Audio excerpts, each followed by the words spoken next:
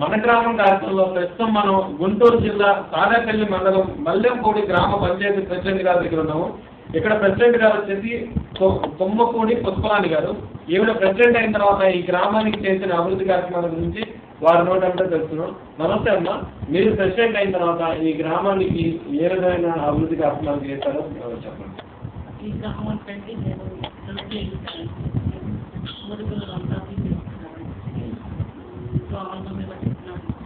పెన్షన్లు ఇచ్చేవాడిని, ఫ్యామిలీలో రోజు తక్కువ వాళ్ళకి రోడ్లు ఇచ్చేవాడిని, సంపాదించాలి, పెన్షన్లు ఇప్పించాలి. చాలా మీ ఊర్లో తాగునీరు ప్రజలకు ఏ విధంగా అందిస్తున్నారో చెప్పండి. తాగునీరు బాగుందండి. అంటే చాలా చోట్ల ఎన్టీఆర్ సుజులు అని అలాగే మినరల్ వాటర్ పాయింట్లు ఉన్నాయి. మీ గ్రామంలో ఉందా దాని గురించి? మా గ్రామం మినరల్ వాటర్ కట్టలేదు.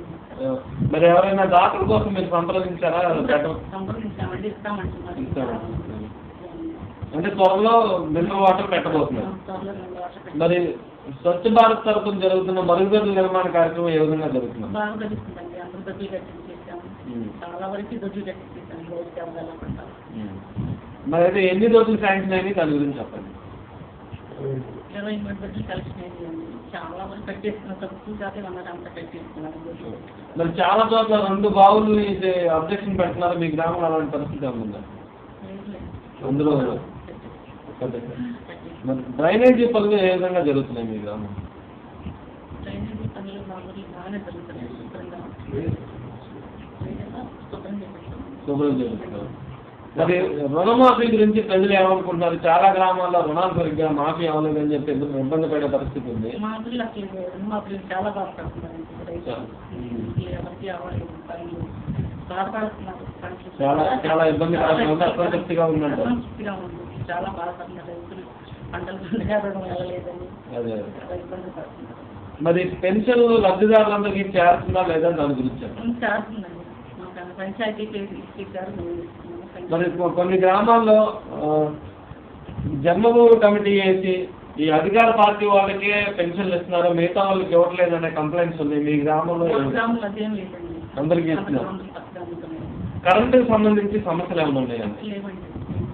మరి మీకు 13 ఫైనాన్స్ నుంచి కానీ స్టేట్ ఫైనాన్స్ కార్పొరేషన్ నుంచి కానీ మీకు ఫండ్స్ ఎలా వస్తున్నాయి, ఏంటి బాగా వస్తున్నాయా లేదా రెగ్యులర్గా? వ్యవసాయదారులకు సంబంధించి సమస్యలు ఏమైనా ఉన్నాయా?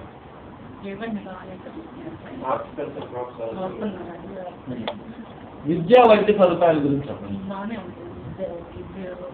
విద్య ఎన్నో క్లాస్ వరకు స్కూల్ ఉంది ఇక్కడ, అలాగే హాస్పిటల్ గురించి కూడా చెప్పండి. 7th క్లాస్ వరకు ఉందండి.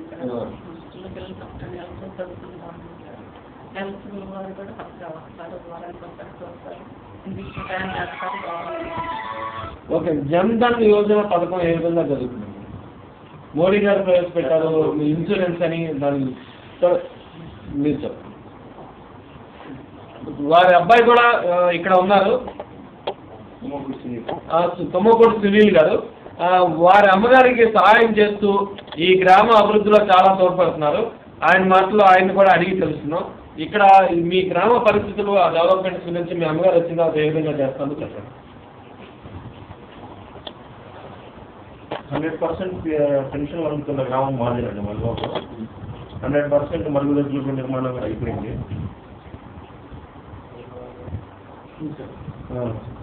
కొత్త కాలనీ ఒకటి ఏర్పడిందండి. దాన్ని 7 సంవత్సరాలు కట్టించుకున్న వాళ్ళు లేరు. దాన్ని మేము వచ్చిన తర్వాత దాన్ని రోడ్లు చేపట్టి నిర్మాణం చేపట్టి ఎలక్ట్రిసిటీ పోల్స్ ఏర్పాటు చేసి వాళ్ళకి లైట్లు ఏర్పాటు చేసి అన్ని విధాలుగా వాళ్ళు ఆదుకుంటున్నాం. ఇంతకుముందు చాలా మందికి బియ్యం వస్తుంది కాబట్టి పెన్షన్ లేవు అనే అపవాదం ఉండేది. అది మేము వచ్చాక మొత్తం తీసేసాం. అంత క్లియర్గా ఉంది. 99% రుణమాఫీ జరగని ఊరు ఏదన్నా ఉందంటే మాకు మాదిరండి. స్టేట్లో హార్టికల్చర్ క్రాప్స్ ఉందని చెప్పేసి మమ్మల్ని అవాయిడ్ చేసేసి ఒక 99% రుణమాఫీ జరగదు ఊరు. మరి దానికోసం మరి బ్యాంక్ అధికారులను సంప్రదించడం కానీ ప్రభుత్వ అధికారులను సంప్రదించడం కానీ చేసి రుణమాఫీ అయ్యే ప్రయత్నాలు చేస్తారు. అది మీరు ఇన్వాలిడ్ క్రాప్ అని వస్తున్నారు సార్. ఆ క్రాప్ లేదు, గవర్నమెంట్ ఇచ్చిన వాళ్ళు మీరు వేసిన క్రాప్ లేదు కాబట్టి మీరు ఎలిజిబుల్ కాదని వస్తుంది. మీరు ఏ క్రాప్ అండి? మాది పసుపు, అరటి. పసుపు అరటికి లేదని చెప్పారండి. అవును సార్. అందరూ లేవని చెప్పారు సార్. లేవని చెప్పారు. దానివల్ల రైతులు ఇబ్బంది పడుతున్నారు. మా ఊర్లో 90% వేసేది ఆ క్రాప్ సార్. అలాంటప్పుడు ఇంకా రుణమాఫీ జరగలేదు సార్. మరి మీ గ్రామాన్ని ఎవరికైనా దత్తనిచ్చే ప్రయత్నం చేస్తారా అభివృద్ధి కోసం? ట్రై చేస్తాం సార్, ప్రాసెస్లో ఉంది. మరి మీ గ్రామంలో చదువుకొని వేరే దేశాలు వెళ్ళిన ఎన్ఆర్ఐ కుర్రవాళ్ళు ఎవరైనా మీకు నిధులు సహాయం చేయడం జరుగుతుందా? అదే వాళ్ళు సంప్రదించే పనిలోనే ఉన్నారు సార్. ఇంకా చాలా తక్కువ ఇప్పుడే డెవలప్ అవుతున్న విలేజ్ కాబట్టి వాళ్ళు అప్రోచ్ అవడానికి చూస్తున్నారు సార్. సరే, మీరు ఇంకా ఈ గ్రామాన్ని ఏ విధంగా మీ అమ్మగారి పదవి కాలం అయిపోయేలోపు ఏ విధంగా డెవలప్ చేయదలుచుకున్నారో ఏంటో చెప్పండి. మా ఊర్లో గ్రెయినరీ తక్కువ ఉందండి. మెయిన్ ఈ అగ్రికల్చర్ క్రాప్స్ మీకు వితౌట్ వాటిని కన్సిడర్ చేయకపోతే గ్రెయినరీ తక్కువ ఉంది. ఎక్కువ గ్రెయినరీ డెవలప్ చేద్దామని చూస్తున్నాం.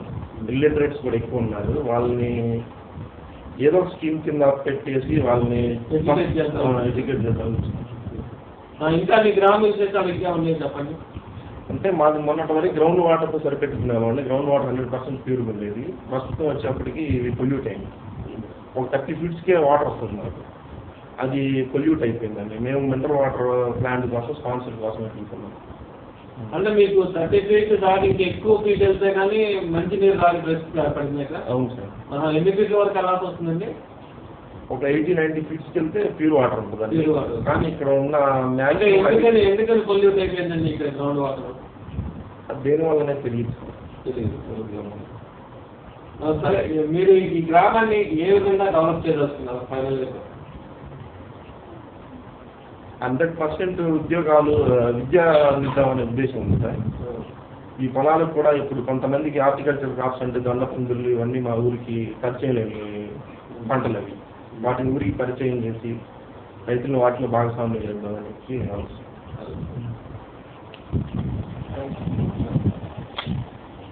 పుష్పరాణి గారు అలాగే వారి కుమారుడు సునీల్ గారు ఈ విధంగా చెప్తున్నారు.